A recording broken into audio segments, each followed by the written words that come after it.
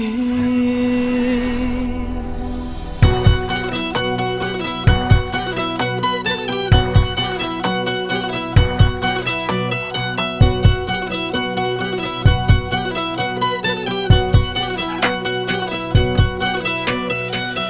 பாதி கதவு நீயடி, மறு பாதி கதவு நானடி.